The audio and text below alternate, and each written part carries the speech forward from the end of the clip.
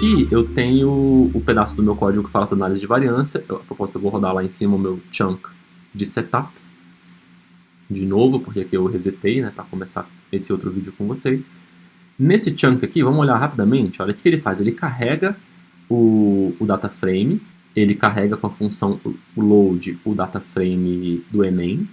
Na segunda linha, ele vai eliminar várias linhas do data frame do Enem, então ele vai reter somente os casos de 1 a 400, né, as primeiras 400 linhas desse data frame, e depois ele vai construir uma tabela com a variável ensino médio para mostrar para a gente a ocupação dessa variável. Por que, que ele está fazendo isso? Por que, que eu escolhi fazer isso?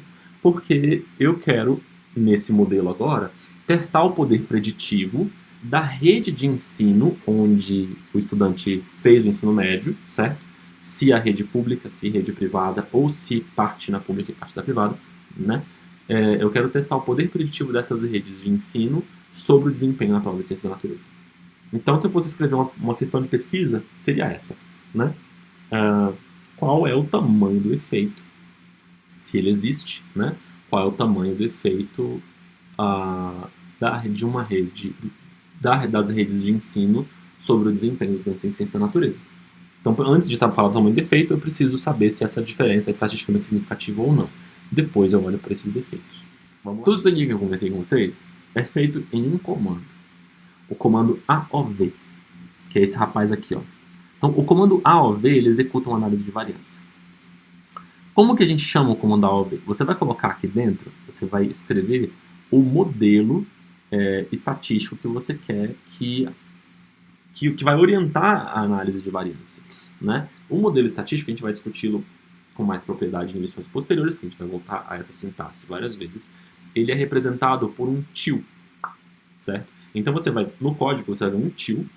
Do lado esquerdo do código estão as variáveis dependentes, geralmente uma só, certo? As variáveis dependentes, as variáveis que você quer predizer. Do lado direito estão as variáveis independentes, as variáveis que você usa como preditores para a variável dependente, certo?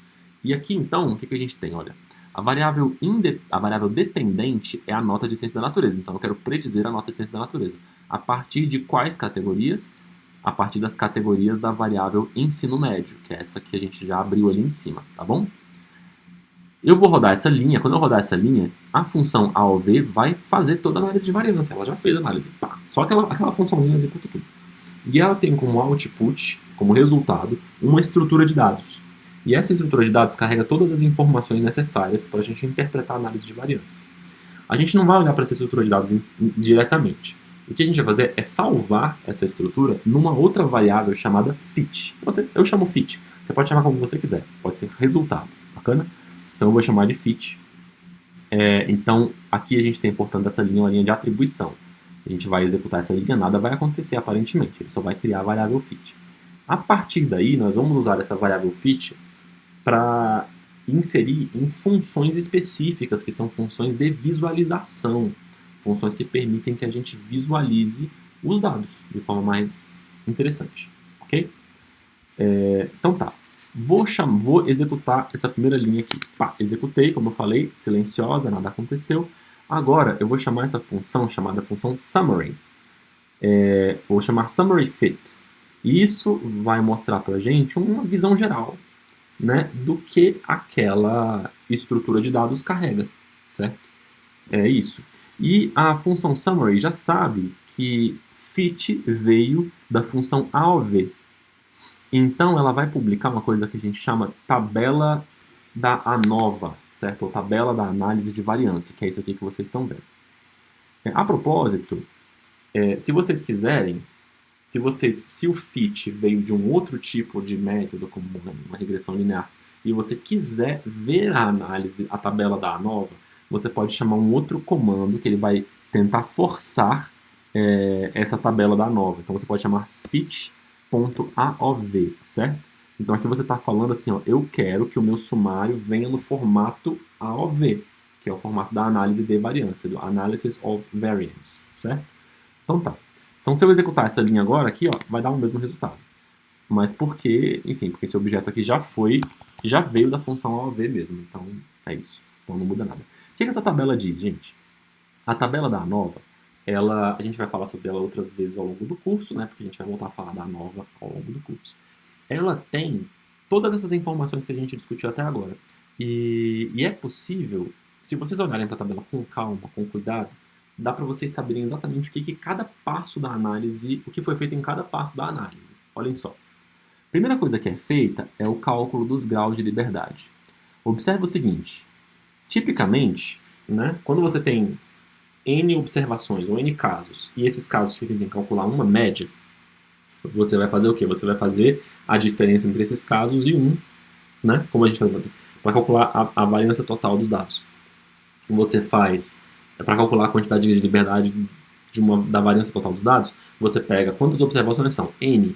Mas quantas médias eu preciso para calcular esses desvios? Uma média, porque é uma média global. Então a quantidade de graus de liberdade é N-1. Aqui algo muito parecido vai acontecer nos outros casos. Vamos lá. A variável Enem ensino médio, certo? Ela tem 3 níveis.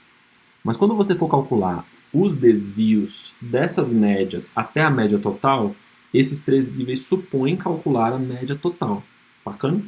Então, na verdade, você tem 2 graus de liberdade, certo? Que está 3 menos 1. E é exatamente o que está aparecendo aqui.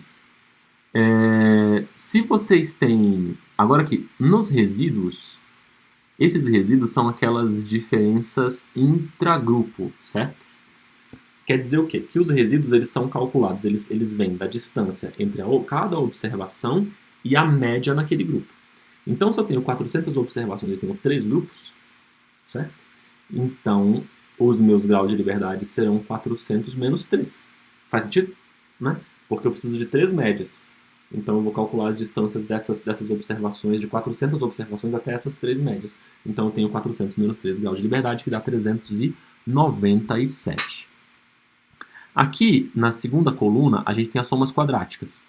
Essa primeira é a soma quadrática dos efeitos, do efeito da variável de ensino médio, e embaixo a gente tem a soma quadrática residual. Observa aqui como a quantidade de graus de liberdade das variáveis da variável categórica, desculpa, e a quantidade de graus de liberdade dos resíduos é bem diferente. Quando você dividir a soma quadrática pelo seu respectivo grau de liberdade, você tem uma grande diferença, certo?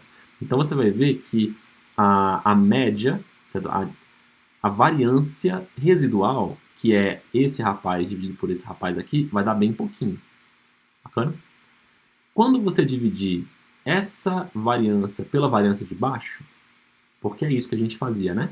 A gente dividia a variância entre grupos pela variância intragrupos, para calcular a estatística F. Voltem aí no vídeo, vejam no livro, é exatamente isso que a gente fez, certo? A menos que eu tenha me enganado aqui agora. Para calcular a estatística F. Então, se você dividir uma coisa pela outra, o de cima pelo de baixo, você vai achar 50 aproximadamente. E vocês devem lembrar que eu contei para vocês, né, que, como regra grosseira, né, um F maior do que 4 é estatisticamente significativo. Então, um F maior do que 5, um F igual a 50, ele deve ser muito significativo. Quer dizer que a probabilidade de que a diferença entre essas variâncias seja devido ao acaso, essa probabilidade é muito remota. E é o que a gente observa aqui. Estão vendo? Aqui é o valor P. Aqui ele aparece como PR, tá bom? Enfim. O valor P é menor que 2 vezes 10 na menos 16. Ele é muito, muito, muito, muito menor do que 0,05. Quer dizer que a hipótese nula foi refutada com força. Mas isso não quer dizer, lembrando vocês, certo? Não quer dizer que o efeito seja grande.